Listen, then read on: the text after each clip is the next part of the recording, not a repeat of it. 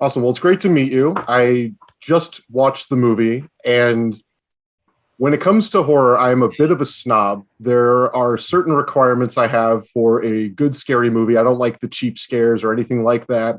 And I can count on one hand the number of movies that have legitimately freaked me out or scared me in the last 20 years. And this one definitely got me. So it was intense. There were those elements that I wanted to predict where it was going, and then it did not go in the direction that I thought it was going to. Can you tell me, like, what was it you were really going for with this? Is there a particular type of feeling that you wanted to evoke with this film? Uh, I mean, I'm always down for a good spiral out of control. Yeah. I think a worthy descent into madness or question, a desire for answers that brings you to a place that you may not want to go. I like the idea that asking certain questions may put you at peril, and that you might find yourself asking them anyway because you can't stand the idea of not knowing something or not looking deeper into something. And so I think I was really inspired by Ben Collins and Luke Petrowski's script. I thought it was complex. I thought it spoke to a lot of emotional gray areas. I thought it genuinely frightened me, and it left enough things for me unresolved. There was, I think, as there is in any project, the temptation to, overdevelop it or take it into a place that would allow it to boil down to a very specific point. But I really appreciated a lot of the contradictory notions about it. That there was, one of our teammates, our editor, called it a deconstruction, and that we would joke that the universe is most itself in a state of pure contradiction. That sometimes the goal of the movie is to just kind of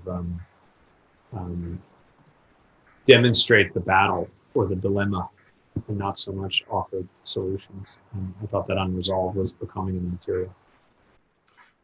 And was the goal, when you're coming into this, were you thinking it anyway, this is a haunted house movie, or is this a haunted person movie, or was it kind of a blend of both of those things when you were trying to evoke, because the house is such a character in the story? Yeah.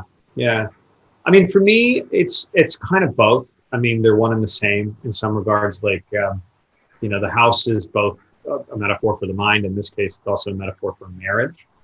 I mean, Owen, Beth's late husband, built the house in some ways as an idyllic solution to dilemmas that both he and her experienced at early times and earlier times in the marriage. And so the idea that this was a picturesque solution to certain emotional difficulties, and that could turn on its head, that you could find the inverse of that, or discover that a safe place that you had created was actually not so safe.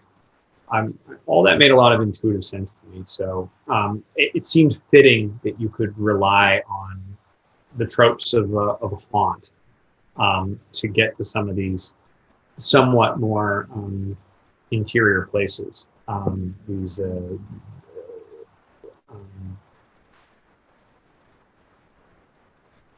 You could explore anxiety and depression and grief by utilizing these tropes. And I would say it was haunted house was a big part of it, but also gothic romance was something that we were definitely going for. And thinking of just recent films that struck me in a similar way as watching this, I think of the movie The Babadook, where you've got elements of supernatural, you've got things in there where it could be that there's this entity, but at the same time, as the viewer, you're questioning, is this all in the person's head? Is this actually happening? Or is this kind of a visualization of that trauma and grief? Is that a fair way to view this, do you think? Oh yeah, absolutely. It's all of the above. It's just how you compartmentalize reality in terms of the movie. In some ways, it's a movie about a person that's having nightmares and dreams, and then in some ways, the movie itself is the nightmare and the dream. where is the distinction necessarily? And so I do find that it's fun to kind of imagine where we might draw those lines for ourselves when we're watching something like this, and then break it. Not to be random, but just to say that I guess for me, thinking about central character and thinking about her state of mind, that just feels like the experience she was having. It's hard to put your finger on where exactly reality ends and the imagination begins. And that's a fun space. I think as a storyteller, you have to be careful, because if you go too far into the symbolic or the representational, it can get tedious or boring. So you want there to be a strong dramatic thrust. But that's a balance we were definitely trying to find. And for a lot of this film, we only see one character on screen. For a lot of the story, it's the focus on Beth and what the ordeal is. And I think for the first 9 or 10 minutes, there's virtually no dialogue. It's just kind of following and getting that feel. How challenging is that for you as a filmmaker compared to, I mean, from the acting side, it's obviously a challenge, but for you to really evoke everything you wanted to, how did you plan that out? How did you find that space? Well, it helps to have a really incredible lead. I mean, Rebecca can do anything. And also, I think, creating a space for her to remain unpredictable, and for there to be a kind of restless energy on screen. I find behind the camera, I want to let the performance surprise me. I don't want to try to control it or compartmentalize it or overproduce it in any way necessarily. And so I think you have to be really, really fascinated with the character. And for me, I was really excited to do focused on one person's journey. And then a lot of that was her alone dealing with manifestations, both of her own mind and external. It helps that she is just a really fascinating character, that she's confrontational and frank, incredibly honest, sometimes a little cool. She's funny. And ultimately, she's extraordinarily vulnerable. And she's getting closer and closer to a very dangerous place. And as an audience, myself, kind of watching her, both as director and audience member to the film, I feel both with her in some moments, and then in other moments, I feel like she's gone farther than I'm capable of going. And she's done things that I can't describe in my own life. And there are times in the presence of others in the film, her friend or her neighbor, where I relate more to them, trying and failing to manage her in some ways. And so I think that perspective shift keeps things very interesting to me. It's not always traditional suspense. There's levels of dramatic irony in there as well. Definitely, yeah. And I think that there's a couple of things about the film that really struck me, and you don't go down a lot of the traditional routes to get those scares, and it's nothing, you don't have like forced jump scares. You don't have those things that are repeated over and over. They're used effectively and in the right moments. From a special effects standpoint, there's some really cool camera work here where you're really getting that look in the house and trying to see things. And is it there? Is it not there? How much of that was just camera work and how much of that required some external special effects? A lot of the sequences dealing with spaces and negative spaces and the architecture, creating interesting visual presentations, all that stuff was real. Like you could walk through the house and see the things that you're seeing on screen. We did augment them digitally in some ways. Some of that's just the limitations of what we could do, but also we wanted to push it at times into something that would otherwise be impossible. But I'm really fascinated by changing spaces. I'm really fascinated, like both in terms of the cinema, in terms of what you can photograph, but also as kind of a representation of the mind, a changing mind. I find that a visual environment like a house is an interesting simulacra for so many different things that you may think you understand. It's in this case, it's the marriage. It's also Beth's deteriorating state of mind, and so to mess with that a little bit and in some ways train the audience as to how the house works and fits together, and then to alter it, tease it, and change it is a bit mischievous, but a lot of fun from a filmmaking perspective. And at times we were perhaps too subtle. I mean, there's a lot of stuff that we did that went as far as like building rooms differently that I don't know if they're going to notice, and you kind of have to have faith that on some subconscious level, the audience may detect that something's not right, but can't put their finger on it necessarily. It's hard to track how that's working necessarily. It's a bit of an act of faith from the filmmaker perspective.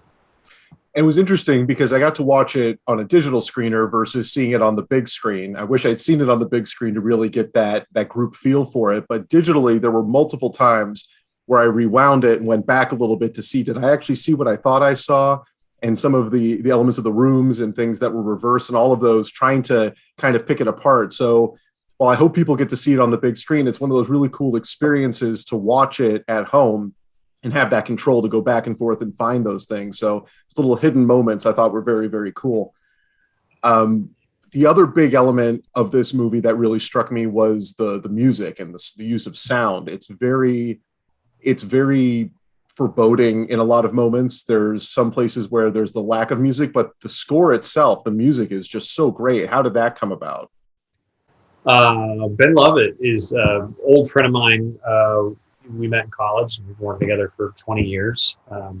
First short films and then anthology films, and then did the last feature that I made, The Ritual, and now this. And Ben and I just have a dialogue, and he's also a bit of a story therapist who comes in late in the game, and when you're kind of immersed and losing perspective on what you're making a little bit, and he comes in and can sort of clarify.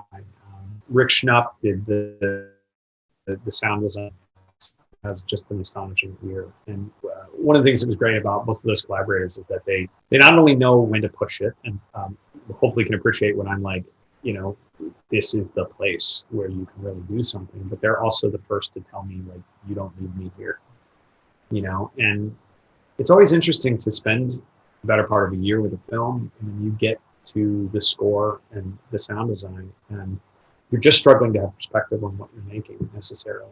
Everybody is really, and so it's a very intuitive process, like what will play out and what you don't, what you indicate and what you don't. I think we wanted to really have fun with the material and push it at times, but the silence can be truly disarming when used well. So we had a blast creating it. I think it helps too that it's a single journey of one protagonist, because you really can anchor it to that perspective. And it's very noticeable through the film as I'm watching it, and there's so many shots of Rebecca's face and just the different emotions as they're going across her, whether it's the scene where the bar scene early on where she's struggling to deal with everything that's happening, the parent that comes in and is talking about those experiences, and there's little moments throughout where you see all of these changes just right on her face without her saying a word. How much of that was her just bringing it and just rocking the role versus what was on the page? Like, how much of an evolution was there from the script to what we see in the finished film? I mean, it's well, first of all, if you roll camera on Rebecca, it's always going to be faster. She's always going to drop into something. I think she understood on a very intuitive level something about the script, and that's a lot of what's carried in the film is her experience with the material. I try as a director to, bring my own perspective to it, but also to make room for the actors when I can. And it's ultimately their emotions. It's their instincts on screen, and the hope is that there's something spontaneous there, that it still has the potential to surprise me, and that I'm not just guiding someone to a really specific take on what's happening. And so, the process with this was a little bit run and gun. It's an indie. We didn't have a ton of time, and it took a lot of trust. And and I think at times a desire to pull back the filmmaking apparatus and just make room for an experience. And there's takes in the movie where I had no idea what Rebecca was going to do. I'm not positive Rebecca knew what Rebecca was going to do. Just kind of wind the moment up and say, let's see where it goes, shoot the rehearsal kind of mentality. And something happens when you do that. It just, I find that it can feel a little different. You can't always do it, but when you can, there's a certain magic that can occur. But yeah, it's difficult to say, where the script ends and where the actor's interpretation begins. And at the end of the day, what my place is in that. I would just say at the end of the day, it's a collaboration. We're all responding to one another in the material as best we can. And after you read the script and you were thinking about how you wanted this to look, were there any other films or any books or anything that influenced what you were going to do with this? Any kind of inspiration from other movies? Yeah, I mean, there were some films I looked at how they were shot. I mean, I really thought there was something to Personal Shopper, to the way that it the way the camera sort of worked with and negotiated Kristen Stewart's performance. I really liked the energy of that. Well, a lot of inspiration though came from there's a book that House of Leaves. That, yes, that's exactly what I was thinking of. Yeah. Yeah, we talked a lot about that. I mean, I think that book was something that was a topic of conversation for us years before I ever read the script. I'm not sure if they had written it before they read it or not, but we had talked a lot about geography horror and changing spaces and how it seems underserved and how fun that would be in a movie. And I like, again, the idea of something that is not afraid to confuse to an emotion, that frustration can at times be part of the experience of something, if that's the journey of the character. And so I think the spirit of that probably found its way in the movie somehow. We certainly drew some inspiration from it. House of Leaves was what I was going to mention right at the beginning of this interview, because that was the first thing that came to mind when I was watching it with the house. Anytime I see a house, I'm thinking, oh, okay, I hope this is House of Leaves. I hope somebody found a way to turn that into a film. And this is, I mean, that's for lack of, hopefully somebody figures it out. I think that's probably an unfilmable novel just because of how complex it is. This is the closest that I could think of. So anybody that I know that loves House of Leaves, I'm going to tell them that they got to see this, because it does that geography of the space and the reversal and all of that element. So yes, I'm glad you said that. So my other question is, this has been a crazy year for everybody. Everything's been nuts in the world with everything like that. And now this is finally coming out. Everybody's going to get a chance to see that. Over the last year or so, has there been any other projects or anything that you've been working on that you think is going to be coming next? Like what's the next film for you?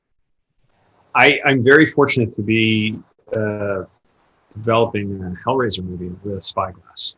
And, Barker's formative to me. Hellraiser's a film that I saw at a very young age, didn't quite understand it, terrified me. Saw it a few years later, understood it much differently. And then I think every time you venture into that world, you come back with something a little different. Nothing hits you, Hellraiser. And so I think it's a fascinating, incredibly delectable, complex world that, as a fan of the genre, I am just excited that there's a willingness to open the box again. And so getting to be a part of that has been nothing short of like a dream come true. So we'll see. Is that going to be something that you want to hew closer to the original, or do you want to take some of the things that you did with this film, some of those more subtle and the use of the negative space and all of that kind of stuff? Is that something that you want to try and use in either Hellraiser or in another project in the future? There's no telling sort of, I mean, I would say it's like maybe best to not be too conscious of where you show up in the material. It'll happen whether you want it to or not, but I would never try to remake the original Hellraiser. I just don't think that can be done. It would be blasphemous to do so. But I do think that there are other stories that can be told in that universe. And, we'll respond to the material as best we can, but we'll see where it carries us. And is yours going to be in the same continuity, or are you looking at this as a reboot, a standalone, or would it fall within the already established stories that have been told? I think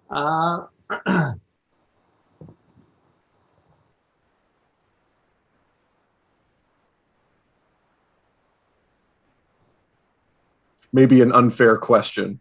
yeah, maybe at a later time. I think I could divulge a bit more at this point. Okay. It's still very early days. Yeah.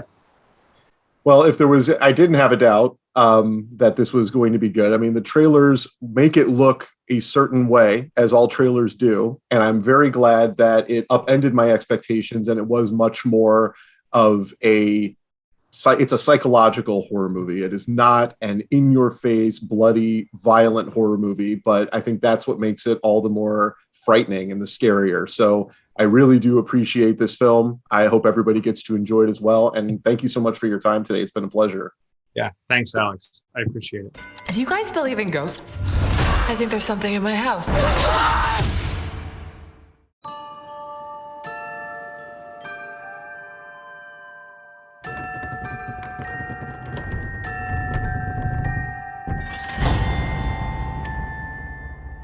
My husband took the boat out on the lake. He took a handgun that I didn't even know that we owned, and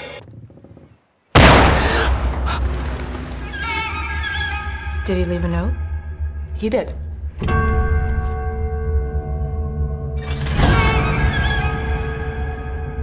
You were right. There is nothing. Nothing is after you. You're safe now. You said you were safe? Safe from what?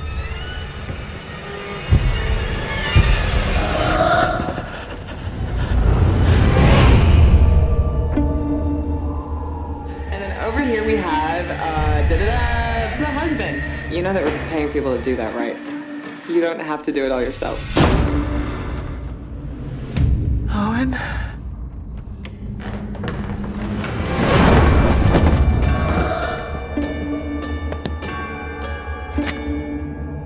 I didn't think we had secrets. Everybody has secrets. It's our house. But backwards. What the hell was he doing?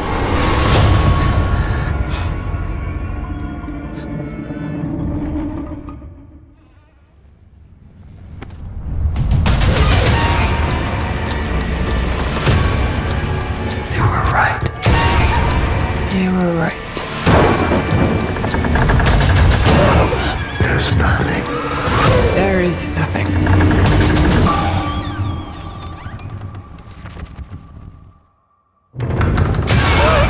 You're safe now.